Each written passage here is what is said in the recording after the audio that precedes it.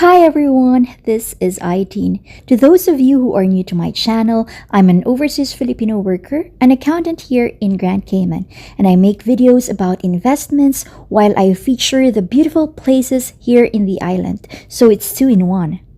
I'm here in Camana Bay. Ito na yung pinaka-park and mall dito sa isla. And because the government has already eased up the restrictions in regards to COVID-19, unti-unti na rin nagbubukas ang maraming shops dito. I'd like to take this opportunity, by the way, to thank the people who are already subscribed to my channel. Thank you for liking and sharing my first two videos about investments in the Philippine stock market. Marami tayong pag-uusapan today, kaya umpisahan na natin.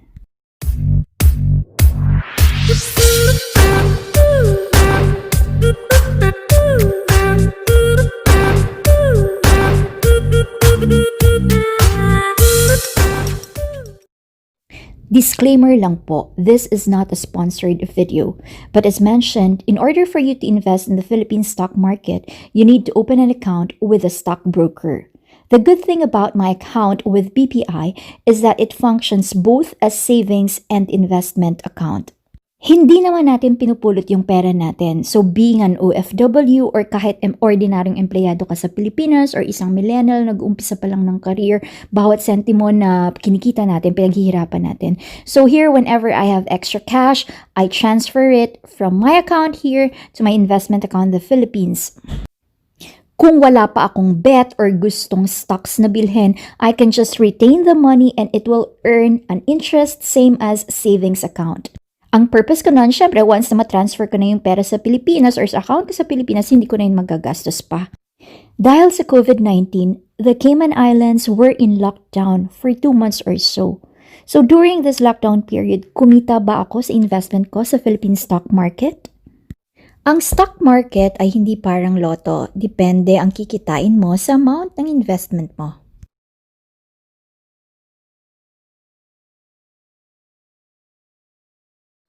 Kung mapapansin nyo, iba-ibang dates ang pag-purchase ko ng shares of stocks sa Maxis. Kasi every time na may extra cash ako, dun lang ako nagpapadala sa investment account ko sa Pilipinas. And this is how I build up my investments.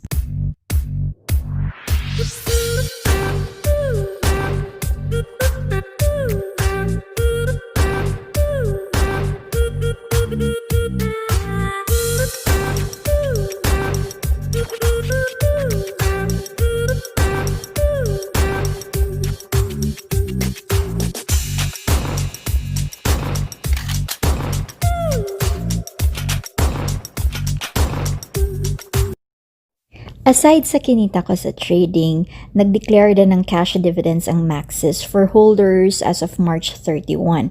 So at that date, I have 5,000 shares. So in total, kumita din ako ng 8% in 2 months. Moving on to the next company which I acquired after the lockdown.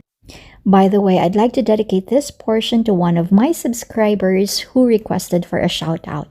So Marcy de la Cruz, to you and your family, God bless.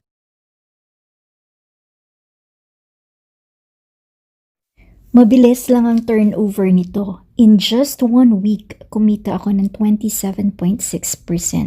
This doesn't happen all the time. And reminder din, pinag-aaralan ko maigi ang stocks na binibili ko. My objective in sharing my personal investing experience during COVID-19 is not really to persuade you to invest in the Philippine stock market, but rather to encourage you to learn and study this type of investment. Mas maraming nalalaman, mas maraming opportunities. Kasi hindi naman forever na may trabaho tayo abroad. I feel that investing in the Philippine stock market is a good starting point. Gawin niyo siyang parang stepping stone. And once you develop your skills, you can diversify your investments later on. Kung na-inspire kayo sa shinare ko, sana i-share nyo rin tong video na to all your friends.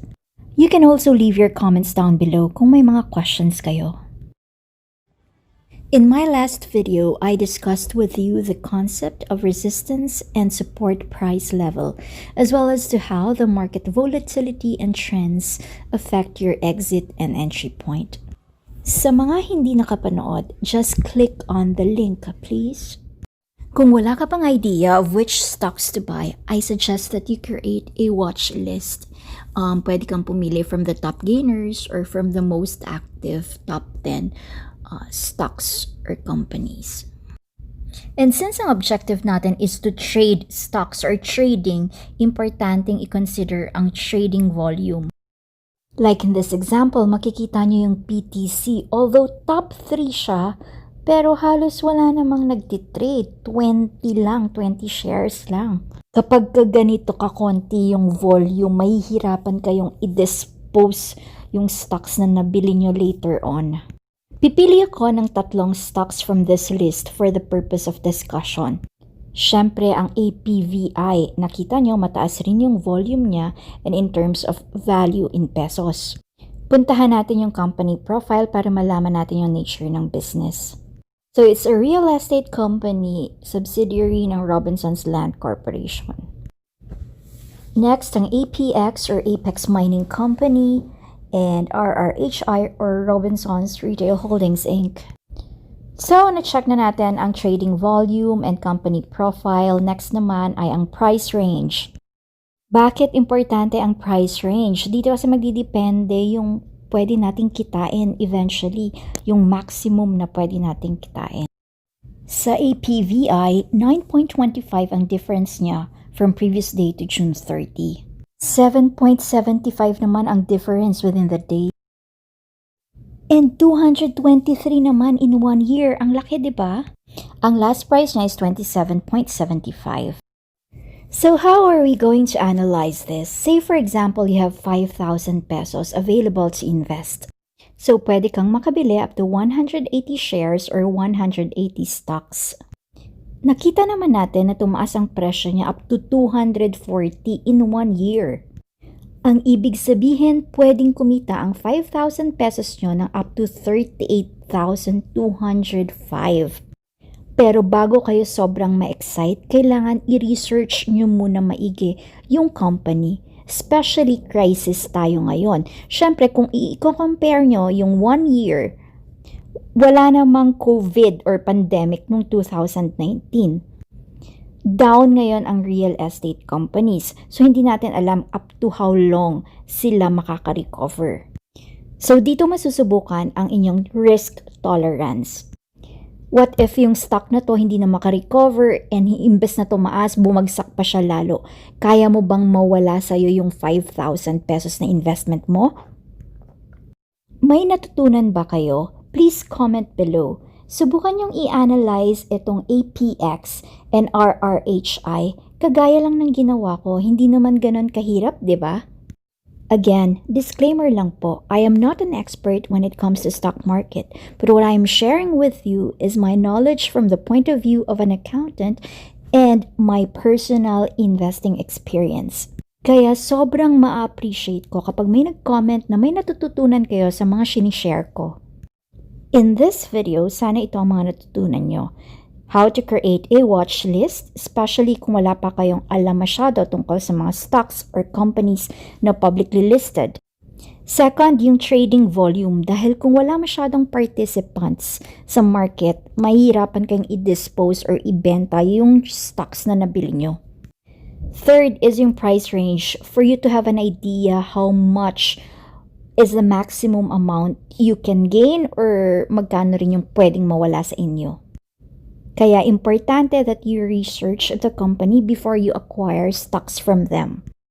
Hindi lang yung posibleng kikitain nyo ang kaya nyong i-gauge, pati na rin yung posibleng matalo or mawala sa inyong pera ang pwede nyong i-gauge. So dito, ma-assess nyo sa sarili nyo, kaya nyo bang mawala yung ganong halagang pera? Yun yung tinatawag na risk tolerance. In my next video, ang pag-uusapan naman natin ay book value, earnings per share, and price earnings ratio. Thanks for joining me. This is Aideen signing off.